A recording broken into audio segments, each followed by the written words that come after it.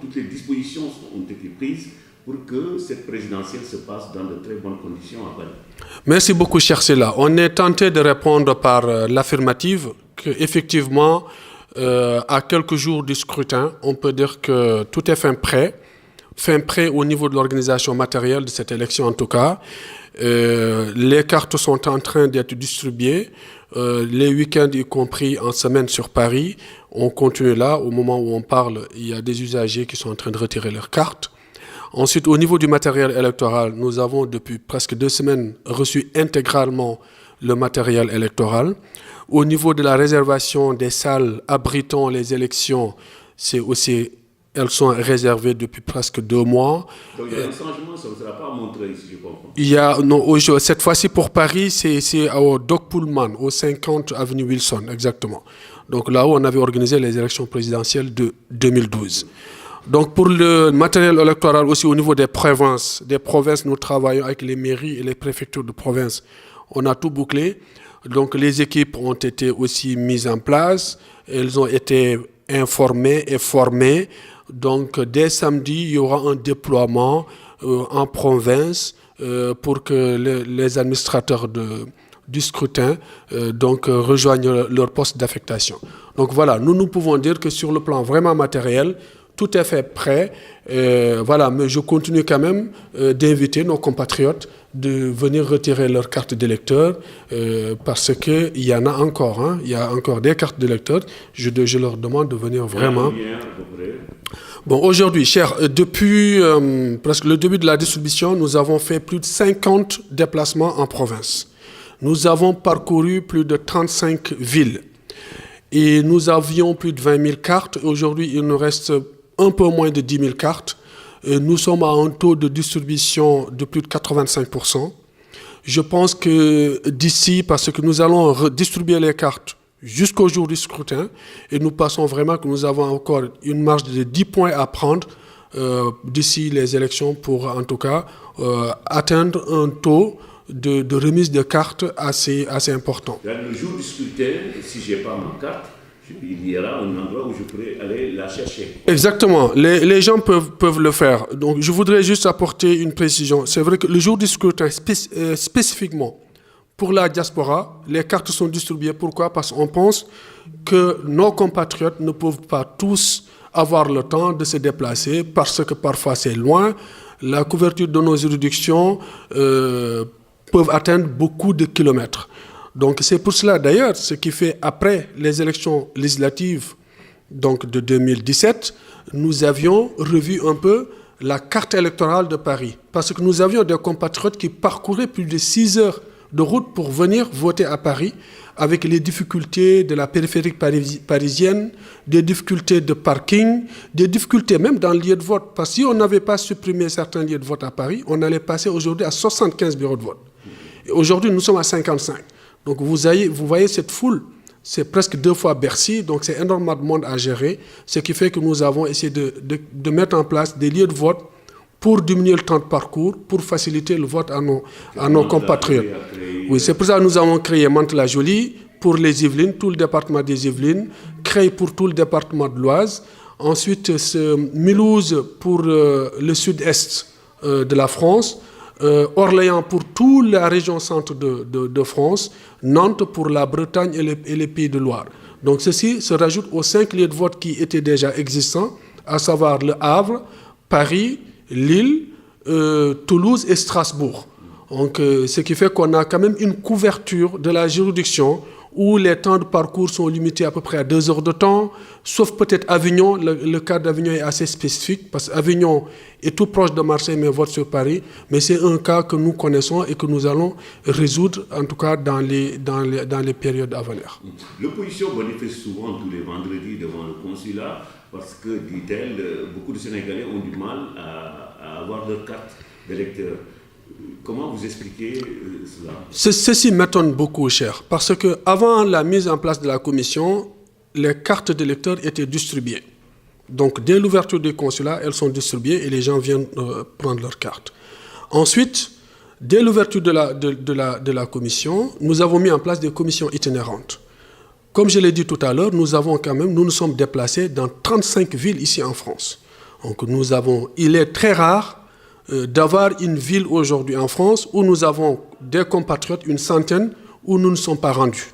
En tout cas, sur la demande de nos compatriotes, notamment des associations locales, nous avons visité ces villes pour remettre les cartes sur site. Ensuite, le consulat, ici, nous sommes ouverts de 9h jusqu'à 17h, du lundi au vendredi. Et depuis plus de 4 semaines, nous avons ouvert le samedi. Et parallèlement à cela, nous avons le fichier donc, sous le contrôle de la DCNA, où nous avons des contacts téléphoniques, nous avons appelé beaucoup de personnes au téléphone et nous avons envoyé même des messages. Donc je ne pense pas qu'on peut nous reprocher d'avoir en tout cas bloqué ou tenté de bloquer quoi que ce soit. Nous avons l'avantage. Notre avantage, c'est de distribuer ces cartes-là. Nous n'avons pas besoin de garder les cartes-là chez nous. Et ici, au consulat, en tout cas, notre rôle, c'est de remettre ces cartes. En plus, ces cartes d'électeurs ne sont pas que des cartes d'électeurs, elles sont aussi des cartes d'identité nationale. Et nos compatriotes en ont besoin pour faire des démarches administratives, notamment quand ils se rendent au Sénégal. Donc, cette position de l'opposition, je pense que si elle existe, elle n'est vraiment pas compréhensible, en tout cas par rapport à l'administration consulaire. Nous le rejetons carrément. Ceci n'existe pas, c'est tout le contraire. Les efforts sont faits et je remercie vraiment l'administration consulaire, où les gens font énormément d'efforts pour venir tôt, pour se rendre aussi en province, pour rester parfois très tard dans la soirée, pour accomplir un travail les week-ends. Donc ils travaillent du lundi au vendredi et samedi, ils continuent jusqu'au dimanche. Et lundi, ils reprennent. Donc depuis 2 mois, j'ai des agents qui travaillent 7 jours sur 7. Bon, c'est normal, ce sont des agents de la fonction publique. Ils savent qu'il y a une astreinte. Il y a pendant des périodes difficiles, l'État peut faire appel à ces agents pour faire le service public. Donc vraiment, ce travail, il est fait. Et je remercie l'équipe qui est vraiment très volontariste à cet effet pour faire ce travail de remise des cartes d'électeurs. L'autre question, c'est que une partie de l'opposition menace de perturber les élections, sauf s'il y a changement au dernier moment. Alors, est-ce que des dispositions ont été prises pour que ceux qui désirent voter puissent le faire dans la quiétude?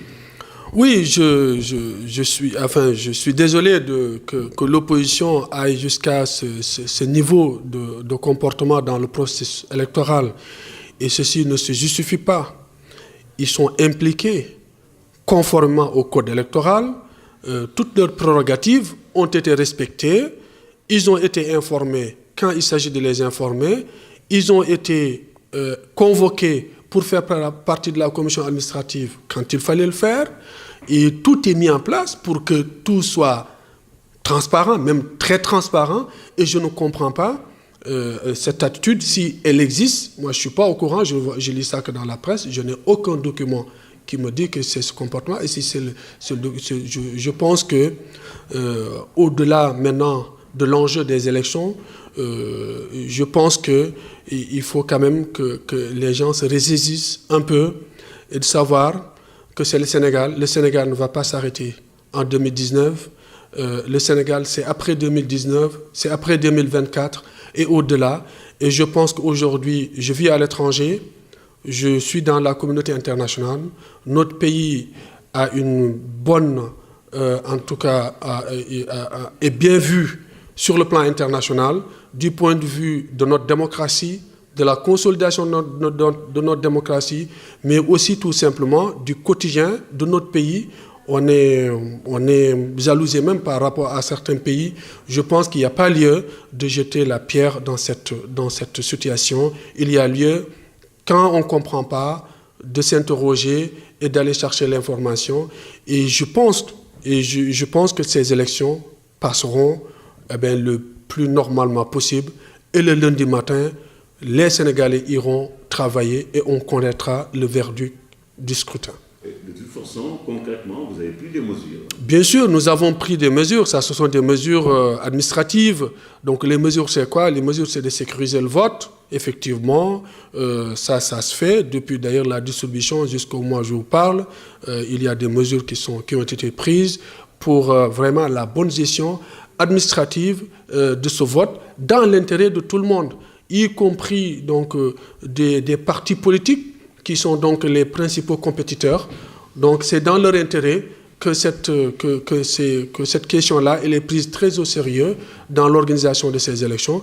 Donc la sécurité, comme lors des élections passées, elle sera de mise au niveau de Paris, donc au 50 avenue Wilson Doc Pullman, mais aussi à Mantes-la-Jolie, mais aussi à Creil, partout à Toulouse. Nous avons alerté donc les services de sécurité françaises qui nous appuient dans le dispositif extérieur, mais dans le dispositif intérieur aussi, des mesures sont prises avec la gendarmerie nationale du Sénégal qui est ici dans nos locaux. On va terminer peut-être par là. Est-ce que aussi des dispositions ont été prises pour faciliter la presse de faire son travail? Oui, absolument. Je remercie la presse qui est aussi un acteur important de cette procédure électorale. Donc des badges, donc il faut demander des accréditations. Nous avons prévu des badges. Nous sommes en train de voir avec notre prestataire de services si on peut aménager un espace réservé donc à la presse. Nous avons des demandes déjà de la presse nationale et de la presse internationale. Nous sommes en train de voir avec notre prestataire pour vraiment les mettre dans un confort pour pouvoir communiquer, parce que c'est important aussi que tout le monde sache ce qui se passe, parce que, et je le dis, et ça je le dis vraiment de la façon la plus sérieuse, ces élections-là se passent dans la transparence totale. Et c'est pour ça que c'est important que la presse aussi puisse communiquer, puisse venir à l'information, puisse travailler, mais librement, et de donner la bonne information. Et ça, là aussi, c'est dans l'intérêt de notre pays et aussi de la vitrine que représente notre pays en Afrique sur le plan de la démocratie, mais aussi sur l'enjeu de développement économique et social, tout simplement de notre sous-région et de la région de l'Afrique de façon générale. Alors, un dernier mot, un dernier appel aux Sénégalais ou aux administrés, sans doute. Oui, le dernier appel, c'est toujours de leur demander de venir massivement. L'élection présidentielle, c'est un enjeu important pour notre pays. Notre pays a un tournant décisif de son développement. Il y a eu beaucoup de choses qui sont faites. Il y a aussi d'autres choses qui restent à faire. Je pense que c'est important que tout le monde puisse s'interroger et que tout le monde puisse aussi accomplir cet acte citoyen. C'est pour cela que nous avons essayé de décentraliser le vote pour l'accessibilité de nos compatriotes, pour aussi qu'ils viennent participer à cette ambiance sénégalaise. Nous sommes à l'étranger, nous sommes en Europe, c'est le Sénégal, c'est notre pays. Donc il faut vraiment que les gens, j'invite vraiment à ce que les gens viennent se rendre très tôt au niveau des lieux de vote. Et après avoir accompli leur vote, qu'ils aussi repartent tranquillement, parce que nous accueillons énormément de monde. C'est 65 000 inscrits en France, c'est plus de 20% de l'électorat de la diaspora.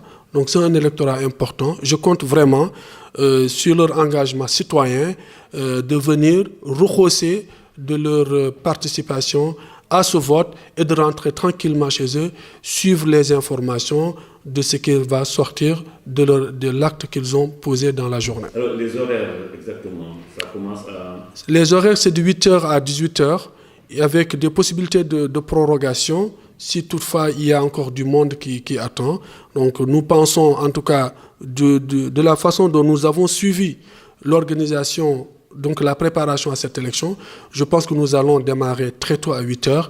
Et compte tenu du fait que nous avons que 5 candidats, je pense que le vote peut aller très vite. Et donc il y aura beaucoup plus d'espace, il y aura beaucoup plus de facilitation pour accomplir ce vote-là. Ce qui fait que nous pensons qu'à 18h, le vote pourrait être clôturé et dans les minutes ou dans les heures qui suivent, nous saurons les chiffres qui vont sortir donc des urnes. Merci. Merci beaucoup. Je rappelle que vous êtes le consul général du Sénégal à Paris. Merci.